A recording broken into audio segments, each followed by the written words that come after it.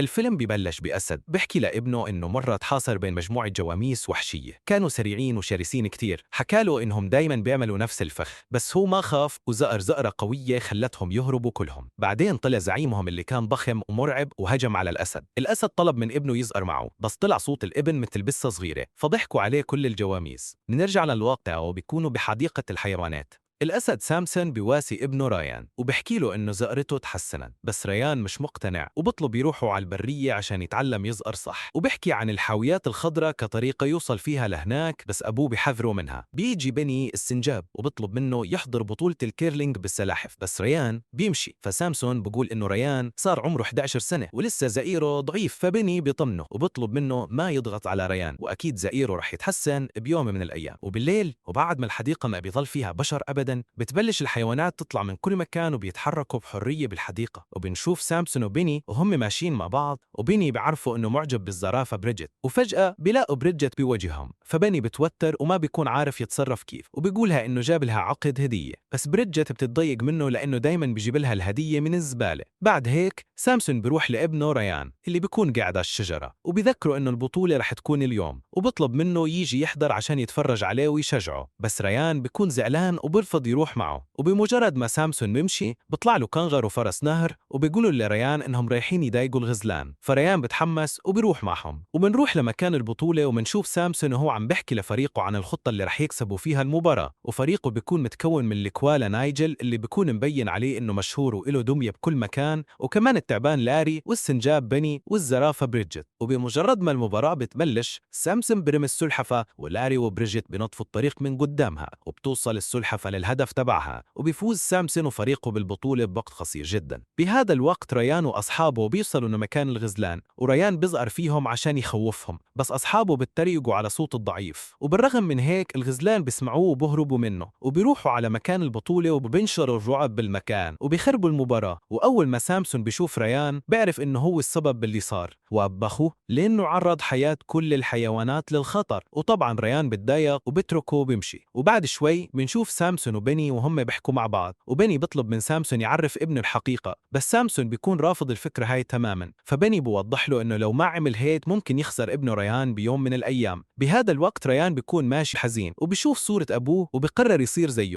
وبتسلق على الشجرة وبيروح لمكان الصندوق الاخضر اللي بيكون بالواقع كونتينر، واول ما بدخل جواته الباب بتسكر عليه، ومهما حاول انه يطلع ما بيقدر. سامسون بسمع صوته وبيروح لمكانه هو واصدقائه، بس للاسف السيارة بتاخذ الكونتينر وبتمشي وما بيقدروا يعملوا اي شيء. وساعتها بيني بيروح لحمامة مجنونة وبسألها الصناديق الخضراء هاي وين بتروح، فبتحكي له انه الصناديق هاي بتروح عند تمثال الحرية. بعد هيك بتتحمل على سفينة، وبمجرد ما الشمس بتشرق السفينة بتتحرك وبتروح للبرية وما بترجعش تاني. واول ما سامسون بسمع هالحكي بقرر يروح وراه، وبرفض انه اي حدا من اصدقائه يجي معه، وطبعا هم بيرفضوا بيكونوا مصرين انهم يساعدوه، فسامسون بيضطر يقولهم كلام يخوفهم من البرية، وبالفعل بخافوا ما عدا بيني اللي بيكون مصمم يروح معه. وبعد لحظات بنشوفهم وهم راكبين سيارة الزبالة وطالعين من حديقة الحيوانات، وفجأة بيني بوقع من السيارة بسبب بريدجت اللي بتكون معهم بالسيارة، وبتفاجأ سامسون فيها هي وباقي أصدقائه. ولما سامسون بيسألهم عن بيني بنصدم إنه مش موجود وما بيكون عارف شو رح يعمل من دونه. وبعد شوي بيوصلوا لنيويورك وبتفاجئوا بشكل المدينة اللي بتكون مليانة أضواء لامعة، وبيكونوا منبهرين بجمالها، وبمجرد ما السيارة بتوقف فيهم بنزلوا منها، وفجأة بسمعوا صوت كلاب جايين عليهم، فسامسون بيطلب منهم يهربوا بسرعة. وطبعا بريدجت بتكون مستغربة لأنه سامسون الأسد بهرب من كلاب، ولما الكلاب بتحصرهم من كل مكان بريدجت بتطلب من سامسون يهاجمهم، بس سامسون بيكون مبين عليه الخوف وبهرب من خلال المجاري هو وأصحابه. بريدجت بتسأل سامسون ليش كنت خايف تواجه الكلاب وهربت منهم، فبيرد عليها وبيعرفها إنه ما في قدامهم وقت عشان يواجهوا مجموعة من الكلاب، وإنه بده ينقذ ابنه بأي طريقة. وفجأة هم بيحكوا بيلاقوا حالهم محاصرين من تماسيح شكلها مرعب ومخيف، وطبعا سامسون وأصدقائه بيكونوا مرعوبين منهم، بس التماسيح ما بيعملوا بلهم أي شيء، وبيسألوهم عن السبب اللي جابهم للمجاري. فسامسون بوضح لهم إنه لازم يوصل لتمثال الحرية عشان يقدر ينقذ ابنه، ولأنه التماسيح ما بيكونوا عارفين يوصفوا لهم الطريق بيقرروا يوصلوهم لهناك. وهم ماشيين بيضلوا يتريقوا على نايجل والدمى اللي بيصنعها البشر على شكله. وبعد شوي بيوصلوا لمرسى السفن اللي بيكون جنب تمثال الحرية، وبيشوفوا السفينة اللي عليها الصندوق الأخضر، وبنطلقوا بسرعة تجاهها علشان يلحقوها، بس للأسف السفينة بتتحرك من المرسى وما بيقدروا يوصلوا إلها، وبتفاجئوا إنهم كانوا راكبين على مركب، وكمان المركب هاد بتحرك فيهم، وبمجرد ما القبطان بشوفهم بيخاف منهم وبينط بالمي. وساعتها سامسون وأصدقائه بيتحكموا بالمركب هاد وبتفادوا السفينة العملاقة بأعجوبة. بس للأسف بيكونوا فقدوا أثر السفينة يلي ريان موجود فيها، وبالسما بنشوف بني وهو راكب على ظهر إوزة طايرة وبقدر يحدد مكان السفينة يلي ريان فيها. وأول ما بشوف سامسون بيروح لعنده وبيعرفوا مكان السفينة، والإوزة بتقرر تاخدهم هناك. وفعلا سامسون بيروح وراهم وبيقطعوا مسافة كبيرة جدا بالمحيط. بهداك الوقت ريان بيكون على متن السفينة وحس بالرعب والخوف الشديد. وثاني يوم بنشوف سامسون وأصدقائه بعد ما وصلوا لوحدة من الجزر، وعلى الجزيرة هاي منصدموا إنه في بركان ثائر. وأول ما سامسون بيشوف إنه الحيوانات بتدخل للصناديق الخضراء بيفهم إنه البشر بيعملوا هيك عشان ينقذوهم من انفجار البركان. وبالصدفة سامسون بيشوف ابنه ريان وهو بيحاول يهرب، فبينطلق وراه بسرعة وبدخل للغابة، بس بفقد آثار أقدامه وما بيلاقيهوش. فبيحاول يوصل له عن طريق ريحته، وبشم ريحته فعلا وبيروح وراه بسرعة، بس بيلاقيه حيوان ثاني. وأول ما بيوصل أصدقائه للمكان بريدجيت بتتريق على سامسون لأنه مش قادر يحدد ريحة ابنه، فسامسون بيقولها إنه جعان، وهذا السبب اللي مش قادر يخليه يركز، وبحكيه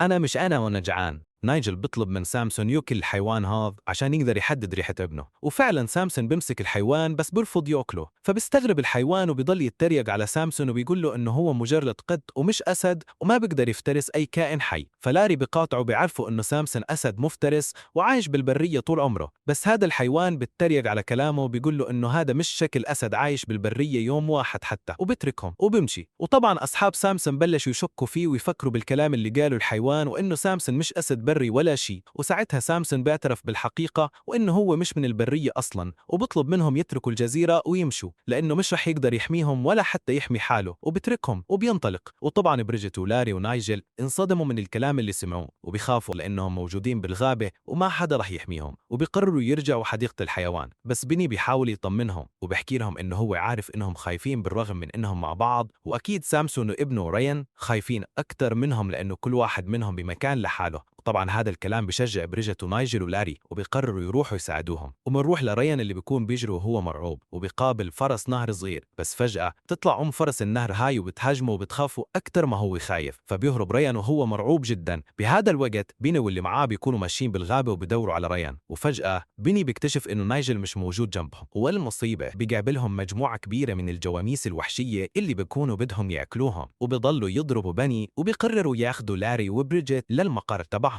ومنشوف نايجل اللي بيكون راكب على ظهر واحد من الجواميس هاي وبيكتشف انهم ماخدينه ومتجهين ناحية البركان. واول ما بيدخلوا للبركان من جوا ببلشوا يغنوا ويرقصوا وبيعملوا حفلة ترحيب لنايجل، وطبعا هو ما بيكون فاهم اي اشي وبيستغرب لما بيسمعهم بيقولوا الكلام اللي مكتوب على الدمية اللي بشكله. وفجأة بيطلع زعيم الجواميس وبيعرف نايجل انه اسمه كازار وبيطلب منه يساعده عشان يتحول لآكل لحوم. وبنصدم نايجل لما بيلاقي انه قطيع الجواميس كله بينحني له. بهذا الوقت سامسون بيكون بيدور على ابنه رايان وبيكتشف انه الجزيرة كبيرة جدا، ومع هيك ما بيستسلمش وبيكمل طريقه وسط الغابة. وفجأة بيطلع له إرشادات غريبة بتدله على الطريق اللي المفروض رح يوصله لريان، وبيضل سامسون متبع الإرشادات هاي على أمل إنه يوصل لابنه. ومنروح لريان اللي بيطلع على واحدة من الأشجار عشان يستريح، بس للأسف بيشوفوا 2 من النسور وبيقرروا يروحوا يبلغوا كازار بمكانه. ومنرجع لنايجل اللي ما بيكون لسه فاهم أي إشي من اللي بيصير له، وبيجي كازار زعيم الجواميس وبيحكي معه وبيقول له إنه دايما الجواميس كانت بتنقتل على إيد الأسود، وهو هذا الوقت بده ينتقم منهم ويقتل كل الأسود. وبيوضح لنايجل إنه كان متأكد إنه هو رح يجي يحكمهم بيوم من الأيام، وبيوريه الدمية تبعته وبيحكي له عن اليوم اللي الأسود كانت رح تفترسوا فيه. بس فجأة الدمية تبعته وقعت من السماء وخوفت الأسود هاي، ومن وقتها كازار محتفظ بالدمية هاي عشان أنقذت حياته. وبيفهم نايجل إنه هو اللي رح يكون الزعيم الجديد تبعهم، وبطلب منه يحولهم لمفترسين بدل ما كانوا هم الفرائس. وفجأة بتوصل النسور للمكان وبيعرفوا كازار إنهم شافوا أسد بالغابة، فكازار بتضايق وبأمروا المساعد تبعه يروح يجيب له الأسد هاد. بعد هيك كازار هو وباقي قطيع الأبقار المتوحشة بينحموا لنايجل وبيعترفوا فيه كزعيم لإلهم. أما النسور بترجع لريان وببلشوا يهاجموه لأنه ضعيف ما بيقدر يدافع عن حاله. والمصيبة رجله بتنحشر تحت جذع الشجرة وبصرخ على أمل إنه حدا يجي يساعده. ولحسن الحظ بيوصل سامسون بالوقت المناسب وبزقر بالنسور بصوت عالي، فبيخافوا منه وبهربوا من المكان بسرعة. بعد هيك سامسون بيروح يطمن على ريان، فريان بيعتذر له عن اللي صار وبيفهموا إنه دخل للصندوق الأخضر بالغلط. بس فجأة وهم بيحكوا بيهاجمهم مجموعة من الجواميس، وسامسون بيطلب من ريان إنه يجري بسرعة من المكان، وببلشوا يجروا من الجواميس اللي بتضل تطاردهم. وريان بيكون مستغرب إنهم بهربوا من الجواميس، وبطلب من أبوه إنه يزقر فيهم ويقضى عليهم كلهم. وساعتها سامسون بقرر يعترف لابنه ريان بالحقيقة، وبيبلش يحكي له عن طفولته الحقيقية، وبيفهموا إنه هو صغير كان شغال بالسيرك. ولما المعلق قدمه للناس سامسون كان خايف ومرعوب، بس أبوه شجعه عشان يثق بحاله وعشان زائرته الأولى تكون قوية. وأول ما نزل للسيرك تفاجأ إنه هو رح يقابل ثور هائج، وطبعا زائرته كانت ضعيفة وفشل بأول اختبار إله. من وقتها وهو عايش بحديقة الحيوان. وبيكمل كلامه وبيفهم ريان إنه هو كذب على كل اللي بحديقة الحيوان وقالهم إنه هو من البرية عشان ما حدا يتريق عليه. وطبعا ريان بنصدم لأنه كل القصص اللي أبوه كان يحكيها إله عنه كانت مجرد أكاذيب. وللأسف الجواميس بوصلوا لإلهم وبيحاولوا يكسروا الشجرة فيهم، وريان بيوقع من عليها وبيجي بلاق وبمسكه. أما سامسون بيكون متعلق على الحافة وما بيقدر يهرب، وساعتها الجواميس بوقعوه من على الحافة وبفقد الوعي.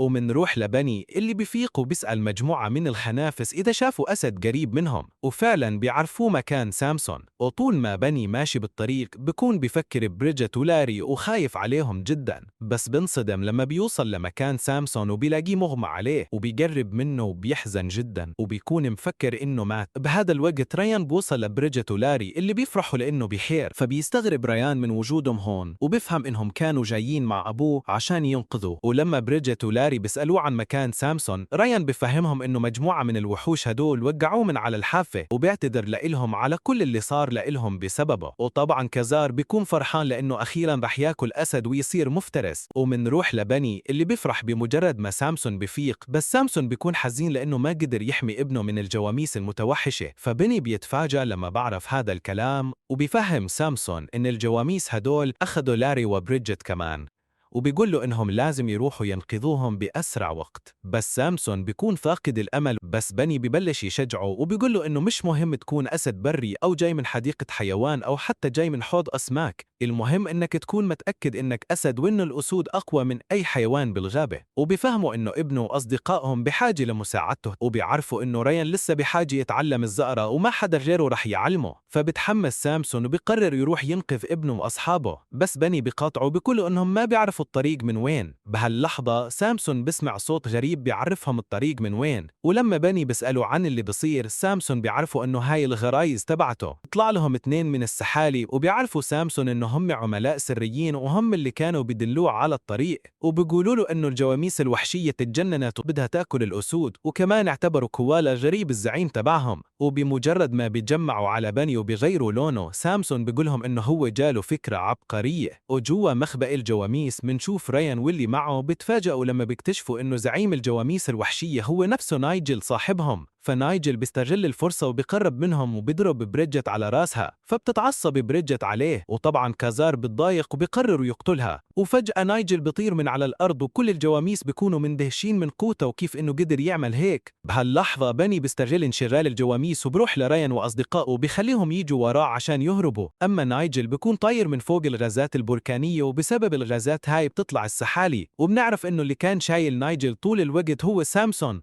والمفاجأة إنه الجواميس ما بيشكوا فيهم، وكمان كازار بيقولهم إنه أكيد الزعيم هو اللي جاب لهم الأسد هاد عشان ياكلوه. فنايجل بيستغل الفرصة وبيقاطعهم وبيقولهم إنه ما حدا رح يقتل الأسد هاد غيره، وفعلا ببلش يهجم على سامسون على أساس إنه بيضربه. بس للأسف ريان بيتدخل وبيخرب الخطة كلها، وقطيع الجواميس المتوحشة بيحاصروهم من كل مكان. وساعتها كازار بيفرح جدا وبيقول أخيرا القدر تغير وصارت الأسود هي الفريسة. فسامسون بتضايق وبينقض عليه بسرعة وبيهاجمه وبيقدر يكسر واحد من قرونه. فكازار بيعصب وبينقض عليه وبياخد سامسون لأعلى مكان بالبركان، وبيكون بده يرميه من على الحافة وبيضل يتريق عليه لأنه مجرد أسد ضعيف. بهذا الوقت لاري بيقول لأصدقائه إنهم لازم ينقذوا سامسون، وبيتحدوا مع بعض وبيستخدموا لاري كأنه قذيفة وبيرموا حجر كبير على كازار. وساعتها سامسون بيقدر يبعد عن الحافة، بس كازار ما بتركه ليهرب وبنقض عليه مرة ثانية. وقبل ما يقتله ريان انقض عليه وبيهاجمه، بس ما بيقدر يعمل الإشي وبيوقع جنب أبوه، فسامسون بينهض من جديد وبيضرب كازار وبيرميه بعيد وبيرجع يطمن على ريان، وكل الجواميس بتأثروا من هذا المشهد. ومع هيك كازار بيقوم من جديد وبيطلب من القطيع يقتلوهم، فبلاقي المساعد تبعه بيرفض ينفذ كلامه، بس كازار ما بيفرق معه، بقرر يقتلهم بنفسه وينقض عليهم. بس سامسون بزقر بوجهه بكل قوته وبيخوف كل اللي موجودين بالمكان، ومن قوة الزقرة كازار بيخبط بالجدار وما بيقدر يتحرك، وللأسف المكان ببلش ينهار، وسامسون بيطلب من كل اللي موجودين يطلعوا بسرعة، فبينطلقوا كلهم بأقصى سرعة ممكنة وبيروحوا كلهم للقارب، والجواميس بتبلش ترجع للمي وبركبوا مع سامسون وأصدقائه. وفجأة البركان بينفجر والحمم بتنتشر بكل مكان، بس لحسن الحظ سامسون واللي معه بيكونوا بعدوا عن الجزيرة بالوقت المناسب. وطبعا ريان بيكون فخور جدا بأبوه، والفرحة بتعم بالمركب كله، والجواميس بيقعدوا يغنوا ويرقصوا وهم سعيدين جدا ومبسوطين، وكمان سامسون وبيرقص معهم قدام الكل، وبينضم كل اللي موجودين وبيحتفلوا مع بعض وهم بقمة سعادتهم. ولهون بيخلص الفيلم. تنساش الإعجاب والسبسكرايب، وبتمنى يكون عجبكم. سلام.